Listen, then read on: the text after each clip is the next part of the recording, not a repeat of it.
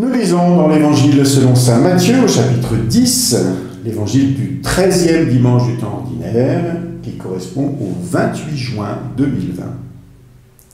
En ce temps-là, Jésus disait à ses apôtres, « Celui qui aime son père ou sa mère plus que moi n'est pas digne de moi. Celui qui aime son fils ou sa fille plus que moi n'est pas digne de moi. Celui qui ne prend pas sa croix et ne me suit pas n'est pas digne de moi. Qui a trouvé sa vie la perdra. Qui a perdu sa vie à cause de moi la trouvera. Qui vous accueille m'accueille, et qui m'accueille accueille celui qui m'a envoyé. Qui accueille un prophète en sa qualité de prophète recevra une récompense de prophète. Qui accueille un homme juste en sa qualité de juste recevra une récompense de juste. Et celui qui donnera à boire même un simple verre d'eau fraîche à l'un de ses petits en sa qualité de disciple, amen, je vous le dis, non, il ne perdra pas sa récompense. » Dans la suite de l'Évangile lu dimanche dernier, nous sommes toujours dans l'envoi en mission des 12 apôtres. Ici, Jésus donne des recommandations diverses, apparemment hétéroclites, mais qui peuvent être coupées en deux séries, l'une sur l'amour du Christ, l'autre sur l'accueil. Les propos que nous venons d'entendre peuvent nous paraître rudes. Il est vrai que Jésus, à plusieurs reprises, exige une certaine radicalité. Que votre oui soit oui, que votre non soit non. Nous retrouvons cette radicalité ici, mais Jésus deviendrait-il inhumain en nous demandant de nous attacher à lui plus qu'à notre famille? Pourtant, Jésus connaît l'amour familial. Il connaît aussi le commandement transmis par Moïse, « Honore ton père et ta mère ». Ce légitime amour familial est même encouragé par Jésus, qui dit à ses disciples qu'il est venu accomplir la loi et qui dénonce ceux qui prétendent faire une offrande au temple pour ne pas aider leurs parents.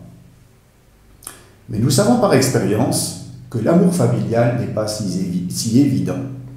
Nous connaissons des familles qui se déchirent, des parents qui déshéritent leurs enfants, des enfants qui rompent avec leurs parents. Aimer le Christ en premier permet en fait de mieux aimer sa propre famille. Car celui qui aime le Christ sait qu'il doit aimer tous ceux qui l'entourent, donc aussi sa famille, et apprend à pardonner. Mais Jésus, après avoir appelé à l'aimer plus que ses parents ou ses enfants, invite aussi à prendre la croix. Celui qui ne prend pas sa croix et ne me suit pas n'est pas digne de moi.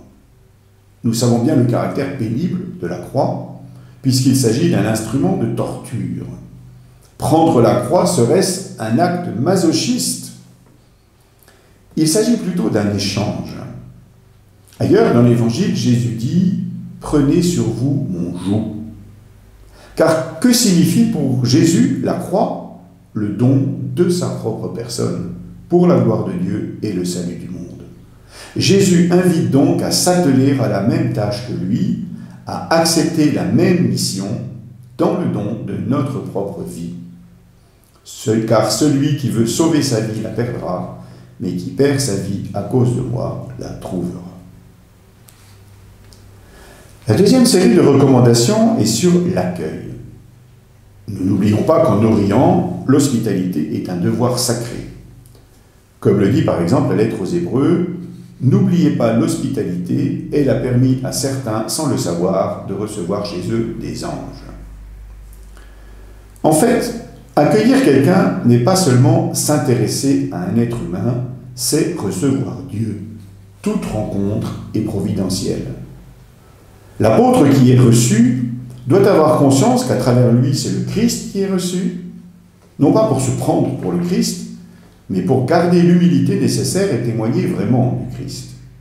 Et le disciple qui reçoit doit avoir conscience qu'à travers la personne qu'il reçoit, c'est le Christ qui vient chez lui. C'est ce que dit saint Benoît dans sa règle monastique, que l'on accueille l'hôte de passage comme le Christ lui-même.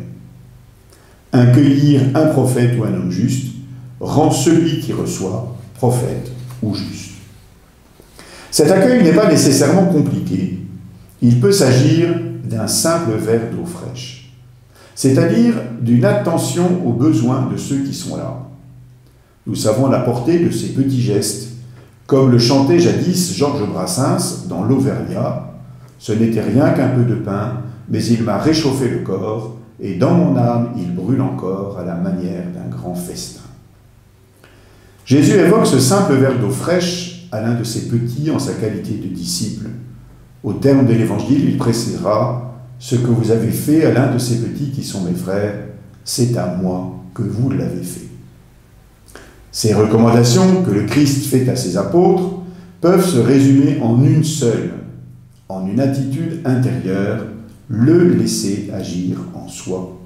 C'est le long chemin que prennent ceux qui se disent fidèles du Christ, depuis la plongée dans les eaux du baptême jusqu'au passage dans la vie. En question pour notre partage aujourd'hui, avons-nous fait l'expérience d'un amour familial grandi par notre amour du Christ? Bonne rencontre.